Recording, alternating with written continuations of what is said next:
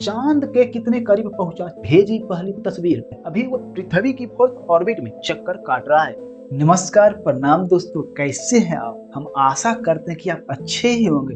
आप सोच रहे होंगे कि अभी हाल ही में तो 14 तारीख को इसरो ने चंद्रयान 3 को लॉन्च किया था, वो अब कहाँ है, पृथ्वी से कितनी ऊंचाई पर है, किस ऑर्बिट में है, कब लूनर ट्रेजेक्ट्री में जाएगा, कब लैंड करेगा। इन सारे प्रोसेस के बारे में आपके मन में सवाल खटक रहा होगा। तो दोस्तों, आज के इन सारे सवालों का जवाब मैं इस वीडियो में आपको देने वाले हैं। तो चलिए दोस्तों, देखते हैं चांद के कितने करीब पहुंचा चंद्रयान 3, भेजी पहली तस्वीर। जी हाँ दोस्तों, अपने लॉन्च के बाद पहली तस्वीर चंद्रयान 3 ने भेज दी है। उसने दिखा दिया है कि किस तरीके से वो जो है पृथ्वी की कक्षा में सेट हो गया है। ये तस्वीर आप अपनी स्क्रीन पर देख रहे होंगे। अब आपको बता दें कि अगर आप लाइव लोकेशन पूछे कि चंद्रयान 3 कहाँ है, तो हम आपको बता दें कि जो चंद्रयान 3 है अभी वो पृथ्वी की फोर्थ ऑर्बिट में चक्कर काट रहा है। जी हाँ दोस्तों, ये पृथ्वी की फोर्थ ऑर्बिट में परिक्रमा कर रहा है। इसरो के वैज्ञानिक उस ऑर्बिट के रेडियस को लगातार बढ़ाते रहेंगे। 4 से 5 बार में ये जो रेडियस है धरती के जिस ऑर्बिट में चंद्रयान 3 परिक्रमा कर रहा है, वह धीरे धीरे इतना बड़ा हो जाएगा कि इसका जो दूरस्थ का इलाका रहेगा, जिसे अपोजी कहा जाएगा, यानी कि जो धरती से लेकर चंद्रयान पर अगर एक सीधी लाइन खींची जाए तो जो सबसे दूरस्थ का पॉइंट होगा उसे अपोजी कहेंगे। पृथ्वी से चंद्रयान के बीच जो सबसे नजदीकी, सबसे निकटतम पॉइंट होगा वह पेरेजी कहलाएगा। इसरो वाले अपोजी को लगातार बढ़ाते रहेंगे और धीरे धीरे स्पीड लाते रहेंगे, जिससे कि पृथ्वी के गुरुत्वाकर्षण बल से बाहर निकले और फिर इसमें थोड़ा सा स्पीड को तेज करके डायरेक्ट लूनर ट्रेजेक्ट्री में ट्रांसफर किया जाए, वो डायरेक्ट भेज दिया जाए।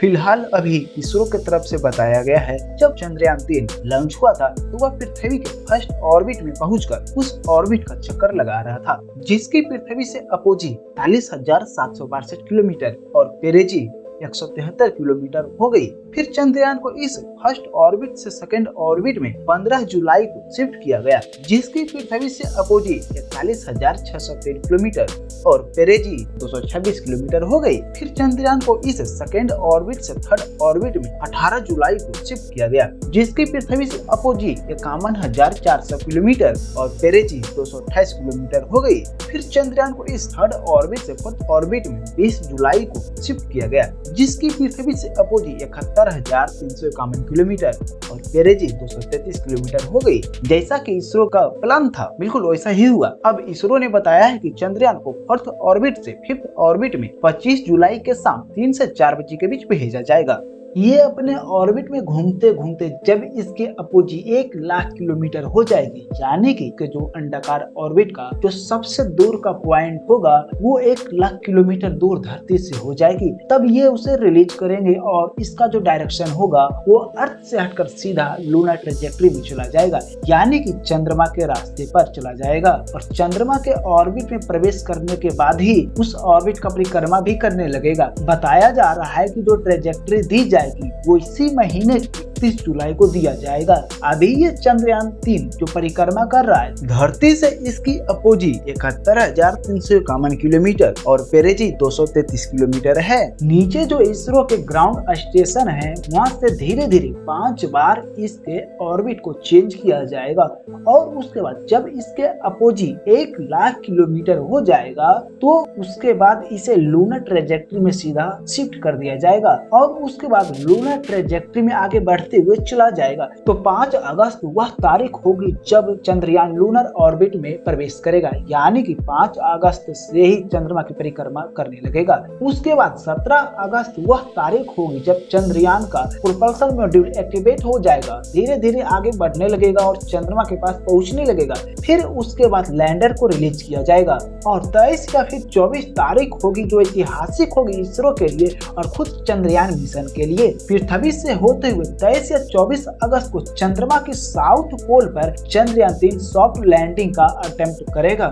जी हाँ दोस्तों, इसरो के साइंटिस्ट के द्वारा एकदम बेहतरीन तरीके से डिजाइन किया गया। इसमें बेहद कम फ्यूल और खुद अर्थ की ग्रेविटेशनल फोर्स का इस्तेमाल करते हुए इसे स्पीड दी गई है। बेहद कम फ्यूल की जरूरत पड़ी। चंद्रयान 3 के जो प्रोपल्सन मॉड्यूल हैं, ये आराम से चंद्रमा तक पहुंच जाएगा और वहां पर लैंडिंग भी करेगा और उसके बाद में वहां से ऐतिहासिक खोज करके भारत और इसरो दोनों का नाम रोशन करेगा। दोस्तों, इसरो ने चंद्रयान 3 के लॉन्च का और इसके मून के ऑर्बिट तक पहुंचने का और फिर मून के ऑर्बिट में इंटर करते हुए आराम से साउथ पोल पर लैंडिंग करने का ये जो पूरा सेटअप बनाया है ना, ये बहुत ही पेचीदा है। इस बार चंद्रयान 3 के लेग्स को इतना स्ट्रॉन्ग बनाया गया है, अगर लैंडिंग के समय थोड़ा झटका लग भी जाए तो उसे वो झेल लेगा। सबसे बड़ी बात यह है कि इस बार लैंडर में जो लेजर का इस्तेमाल किया गया है, जो कैमरा टेक्नोलॉजी का इस्तेमाल किया गया है, ये सेल्फ गाइडेड वे में चंद्रयान 3 लैंडिंग के समय में लेजर को वहां से मून के सरफेस पर छोड़ेगा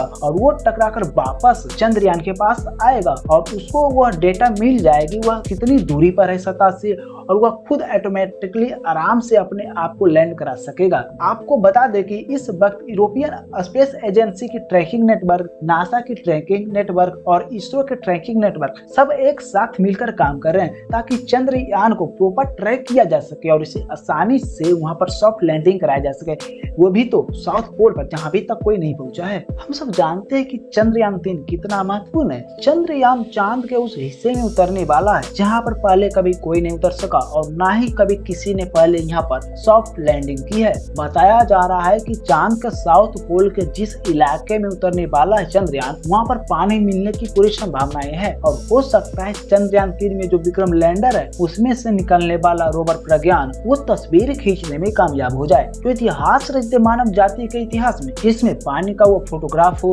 पानी वहाँ पर बर्फ के रूप में हो, इसका फोटोग्राफ खींचकर वो इसरो के स्टेशन में भेज दे, एकदम ये बहुत ही ऐतिहासिक मोमेंट होगा उस पर। तो दोस्तों बस इंतजार है 23-24 अगस्त का, जब चंद्रयान 3 सॉफ्ट लैंडिंग अटेम्प्ट करेगा और आराम से वहाँ पर उतर जाए। सॉफ्ट लैंडिंग की टेक्नोलॉजी एक बार अटेंड करने के बाद इसरो चाहेगा तो कहीं पर भी अपना स्पेस क्राफ्ट को उतार सकता है, कभी भी अपने किसी भी प्लेनेट पर अपना लैंडर उतार सकता है, भेज सकता है। एक बार इसरो इस टेक्नोलॉजी में एक बार सक्सेसफुल हो जाए तो फिर उसके बाद में कई ऐसे मिशन भेजे जा सकते हैं चांद पर और उसके बाद मंगल पर भी और कहीं भी किसी भी ग्रह पर आराम से लैंड कराने में सक्सेसफुल हो जाएगा इसरो। अब देखना ये है चंद्रयान 3 की सक्सेस पर ही डिपेंड करता है वो बहुत सारे मिशन जो इसरो ने प्लान किया है, जैसे कि गगनयान मिशन। इसमें भारत की तरफ से भारतीयों को अंतरिक्ष में भेजा जाएगा। ऐसा पहली बार होगा जब भारत ने अपने देश में बनाए हुए यान में बैठाकर अपने अंतरिक्ष यात्रियों को भेजेगा और इंडियन एस्ट्रोनॉट्स का नाम अंतरिक्ष में जाने वाले लोगों में शामिल हो जाएगा। दोस्तों अब देखना यह है कि क्या होता है। अभी तो सिचुएशन ये है कि बिल्कुल सब कॉन्फिडेंट में चल रहे हैं और इसरो इस बार इतिहास रचकर ही छोड़ेगा। और अगर इसरो ने इस बार इतिहास रच दिया और गलती से भी ऐसा हो गया कि प्रज्ञान रोवर को तस्वीर खींचने का मौका मिल गया जिसमें मून के सरफेस में बर्फ दिख जाए, पानी दिख जाए, तो मान के चलिए कि इसरो और नासा में ज्यादा फर्क नहीं रहेगा, बजट का ही सिर्फ फर्क रहेगा। बाकी टेक्नोलॉजी बोल लीजिए, चाहे मैन पावर बोल लीजिए या फिर स्किल बोल लीजिए, टैलेंट बोल दीजिए, दोनों के दोनों बराबर हो जाएंगे। दोस्तों वैसे आपका क्या मानना है, कितने परसेंट चांसेस लग रहा है आपको कि चंद्रयान 3 कितना सक्सेसफुल हो पाएगा? 100% में आपको कितना परसेंट चांसेस लग रहा है कि सॉफ्ट लैंडिंग बिल्कुल हो ही जाएगी? 50%, 60%, 70% या फिर पूरे के पूरे 100%? आपके क्या विचार है नीचे कमेंट बॉक्स में हमें जरूर बताइएगा। दोस्तों अगर ये हमारा वीडियो आपको जरा सा भी पसंद आई हो तो या फिर इंफॉर्मेटिव लगा हो तो हमारे चैनल को लाइक, शेयर और सब्सक्राइब जरूर कीजिएगा। और आप सबका इस वीडियो के अंत तक बने रहने के लिए दिल से धन्यवाद। दोस्तों मिलते हैं अगले वीडियो में।